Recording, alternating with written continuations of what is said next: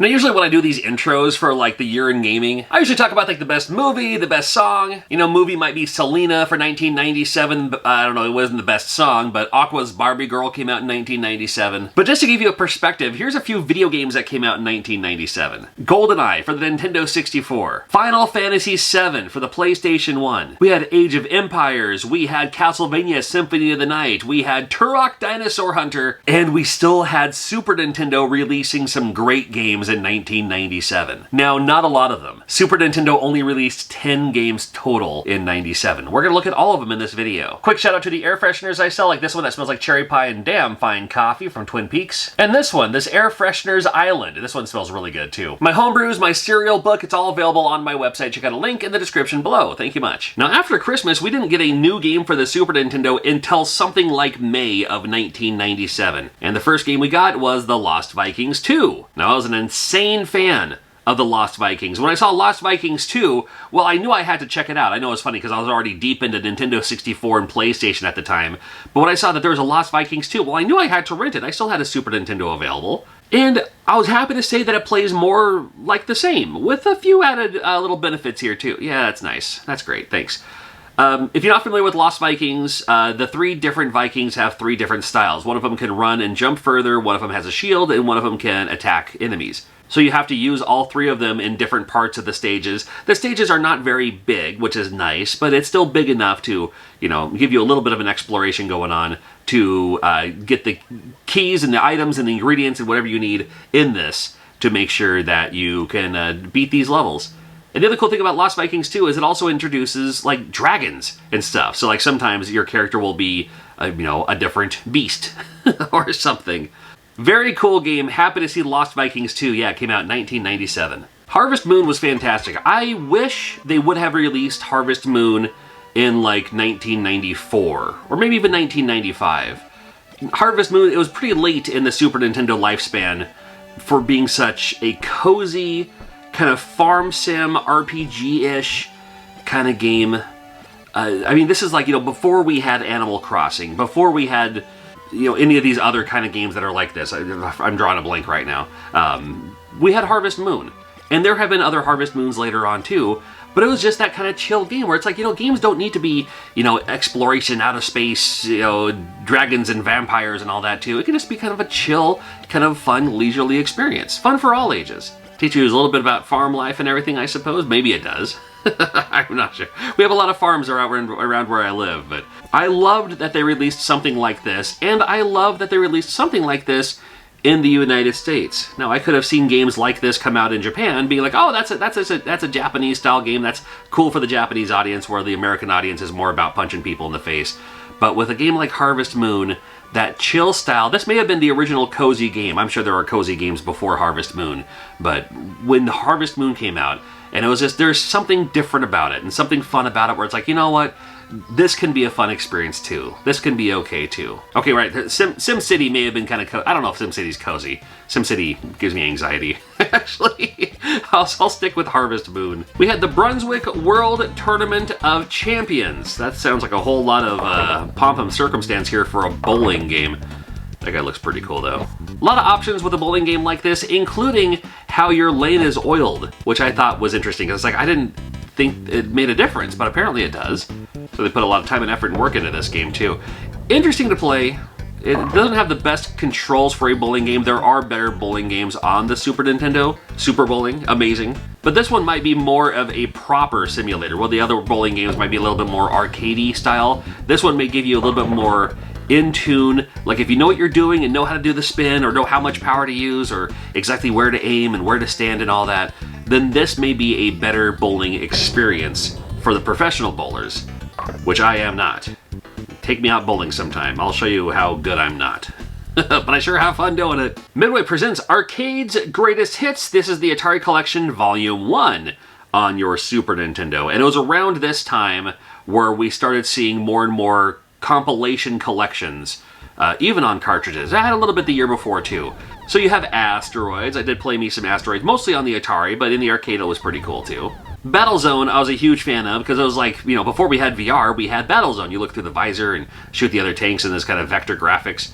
It controls like Battles at any arcade too, where you have like your D-pad and then your buttons, your A, B, X, Y buttons. Those act as your second joystick or second gamepad, for instance. So you have to like, you know, push up, and then also push the X button to move forward. You know, tank controls like that, and then use your L and R to fire your bullets here. Centipede, an all-time classic. A lot of people really love Centipede. I think it's okay. It's pretty fun. I just like the music and the sounds more than anything. I guess it's not really music, it's just the sound effects and stuff like that too. Always draws me my attention for Centipede. Missile Command, another game I played mostly on the Atari, but I saw it in the arcade, and the arcade had like all these buttons on it and stuff, but you know, I'm a pretty big fan of Missile Command here. Super Breakout, if you're familiar with Arcanoid, well, it all started with Breakout back in the day. A much more difficult version of Arcanoid, but Super Breakout was pretty cool. We also had Tempest on this cartridge collection too. And Tempest always just looked cool to me. Again, with the vector graphics that were super popular for the time. Fast-paced action, gotta love it. So, pretty neat. Go with this Arcade Greatest Hits, 6 games on 1 cartridge. Kirby's Dream Land 3 came out for the Super Nintendo. I thought this was a cool idea, because now you have Kirby's Dream Land 1 and 2 were on the Game Boy. And now this one is for the Super Nintendo. And this is around that time again, we saw that a little bit with Yoshi's Island the year before, where you start having these, where Nintendo says, you know, instead of just doing just straight pixel art, let's have games look like they were made out of construction paper. Let's have games look like they were drawn with colored pencil or crayon or whatever. And this game, very much like that. Again, the Kirby games are always kind of cool because they always get a little experimental. It's not just like, oh, here's more of the same, which it totally is.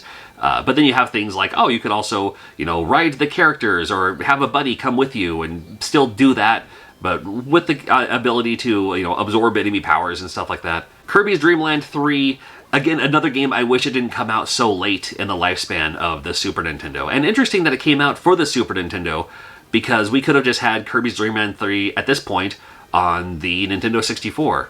And have it have been an amazing experience, and people, you know, more people would have played it for sure. There is a Kirby game, Kirby 64 is also a great game, but you know, I think I would have liked to have seen this on the Nintendo 64. Probably would have got more love. Would have been more expensive, but it would have got more love. Arcanoid, Do It Again. This is Arcanoid 2 now for the Super Nintendo, and big fan of Arcanoid. Always loved the Arcanoid series. Unlike Breakout, this one has some of the tiles have abilities that fall to give you multi-ball or expand your little ricochet thingy, your ship, I guess. You know, this one, the Super Nintendo never came out with a paddle to play it properly, but the D-pad works fine. You can also hold the button down to, you know, move faster if you need to get to the other side of the screen faster. And never mind all the other tiles. The laser was where it's at. As soon as you get laser, that's all you want. You just want the laser to shoot away at everything else.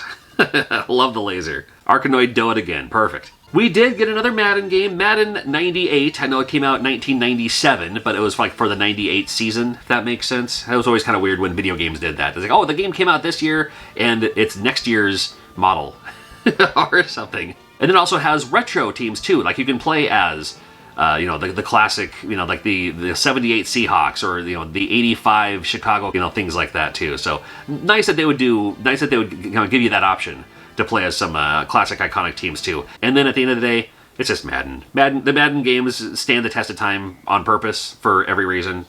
People seem to love them. You know, you just get the new version for that year with the updated roster and all that. And it's Madden 98. Along with the Arcade Greatest Hits, we also had Space Invaders. Yeah, literally Space Invaders. You can play as the original game. There's a versus mode on here too.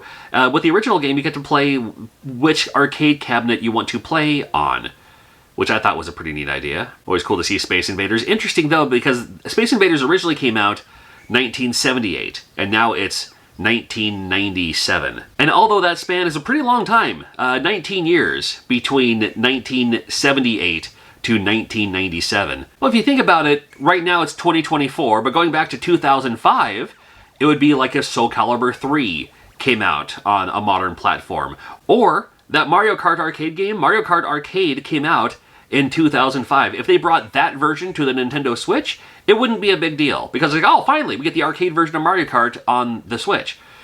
it's the same thing. Still a 19-year difference. Can you believe it? Space Invaders is an all-time classic. I still like playing it today. It's just one of those games that I think just stands the test of time. I'm a huge fan of Space Invaders. Timon and Pumbaa's Jungle Games was another game that came out, so people who are still rocking the Super Nintendo back then and have their kids, you know, kids playing Super Nintendo and they have all these other options out there, well, I mean, maybe you found one used or something. It's a collection of mini games. That's all it is. It's a collection of mini games. I still see it pop up at conventions sometimes. It's like, oh, it's kind of fun to see. The mini games aren't especially great. I mean, there's kind of a video pinball, digital pinball on one of them, which is, I kind of like video pinball. Doesn't play the greatest. I don't know. It's interesting. At least it's a Lion King game with no double jump, so you gotta love that. NHL 98. A lot of people love the NHL games for sure. They're fine. I'm not very good at them, so of course I don't like them because I'm not good at them. But the hockey games can be fun. So definitely gotta love the fact that, hey, we're still making games and other games on other consoles too, but here we are still making games on the Super Nintendo and have an NHL game on there. You can't go wrong there. And I've also covered years for the Super Nintendo for like 96, 95, 94. Check out all the other videos as well. I've also done it for Genesis and NES too, so make sure you binge all those videos. We'll do another one coming up right quick. I hope you're subscribed. Another video's coming out soon.